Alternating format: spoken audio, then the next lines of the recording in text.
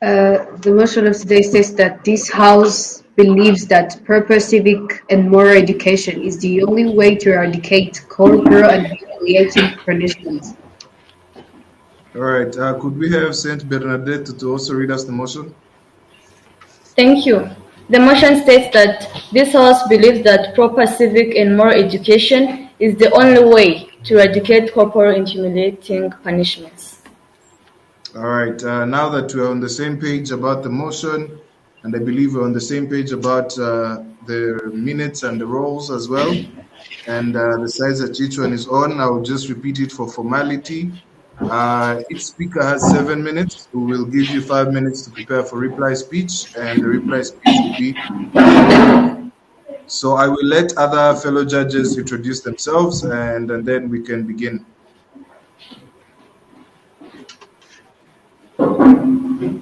I shall be keeping the time.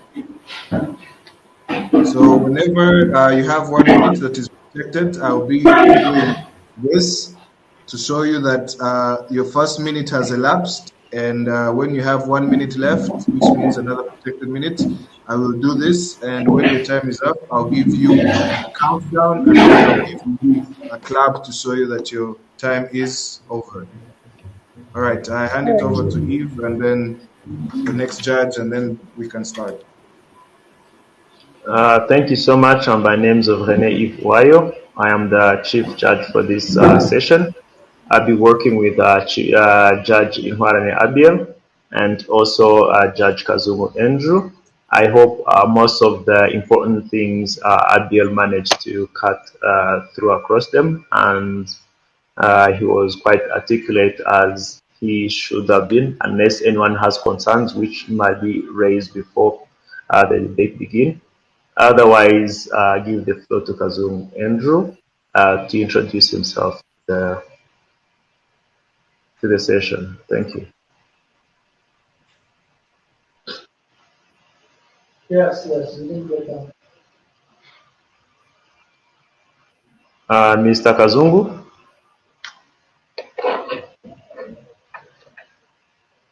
Mr. Kazungu? Well,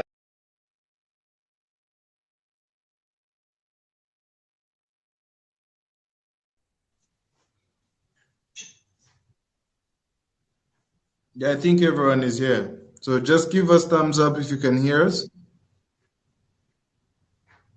Lycée de Kigali, if you can hear us, just give us a thumbs up. All right.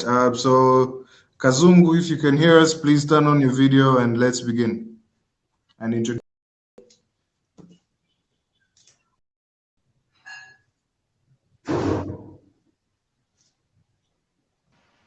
Mr. Kazungu, can you please turn on your video?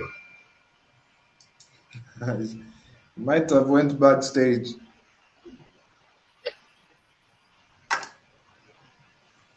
Okay, now that he's disappearing on and off, I feel like we should start, and let's begin. He'll find when us he joins, he'll find us here. Yeah. So, is there any question, concern, or anything you would like us to address before the debate starts? Everything is clear? Yes, everything is clear.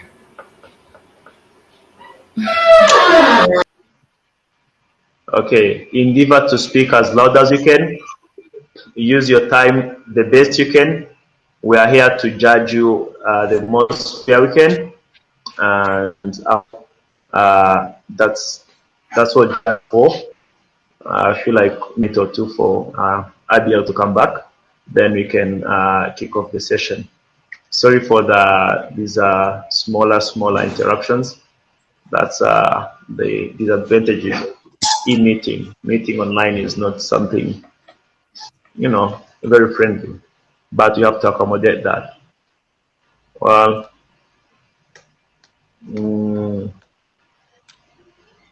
Abiel, you can hear us? Okay, now that Abiel can hear us and he's back, the first speaker, proposition side, take the floor.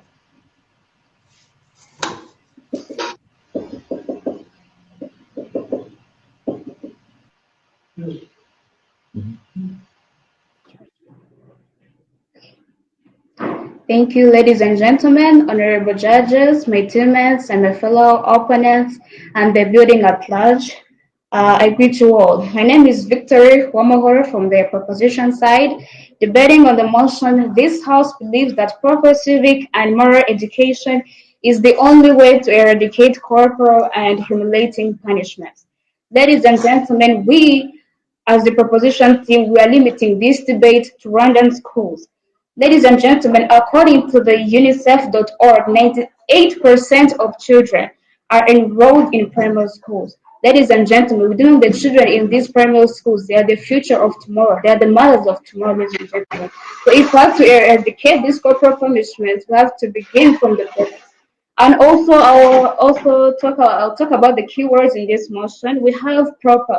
Proper means the right, and it means something that is right, acceptable, and socially. I also talk about civic education. What is civic education, ladies and gentlemen? Civic education is the study of the theoretical, political, and practical aspects of citizenship, as well as its rights and cities. That was according to the Nigerian Finder.com. And still, according to the Nigerian Finder.com, we have the moral education. I'll define what moral education is, ladies and gentlemen.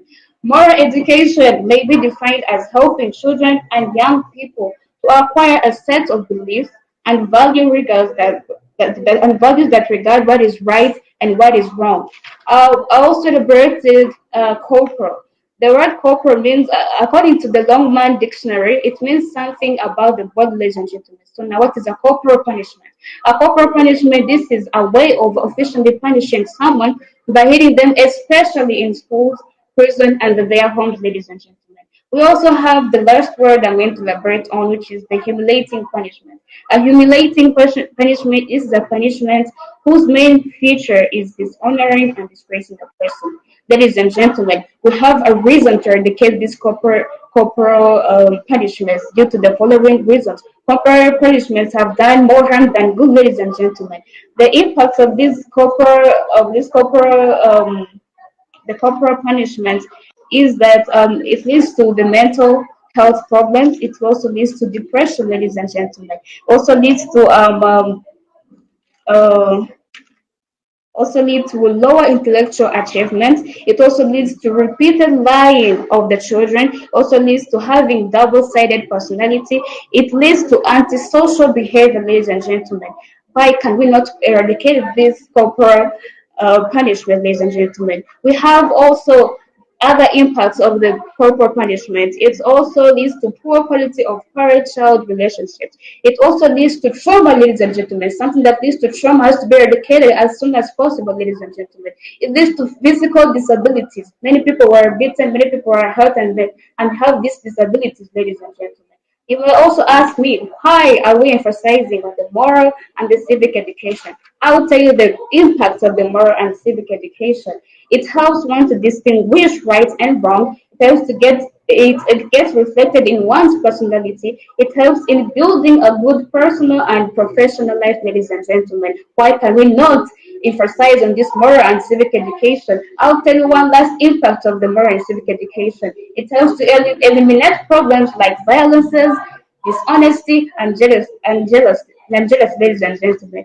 So now, dear ladies and gentlemen, you may ask me, how is this moral and civic education gonna eradicate this corporal punishment?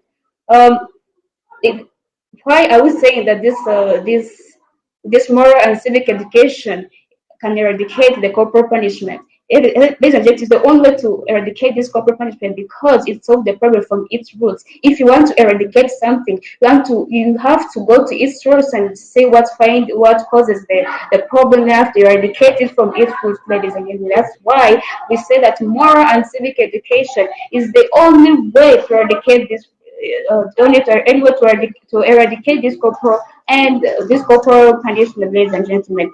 So if the education, Lord God, is given to these people, if the education given to is emphasized in the schools, ladies and gentlemen, we are eliminating the problem from the roots where it won't be passed on from generation to generation. If the teacher to these young children, they will teach it to their children and their children and their children, which means the corporal punishment won't be inherited by our grandchildren if we emphasize on this moral education.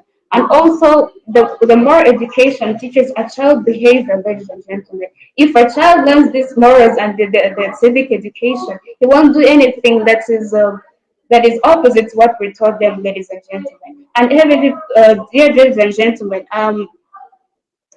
this education can also be taught to these teachers and can also be taught to these adults, ladies and gentlemen, because humans have a cognitive thinking and have the ability to learn something new, ladies and gentlemen. So my second speaker will also elaborate more about the impact of the moral and civic education. Will also elaborate about the impact of this corporal punishment that I talked about. And the third speaker will summarize what we are advocating for, ladies and gentlemen.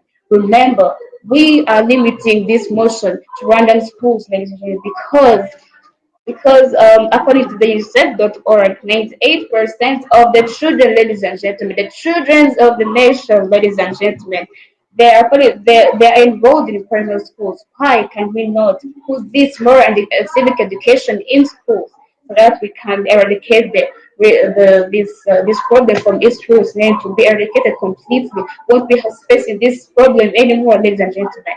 I rest my case.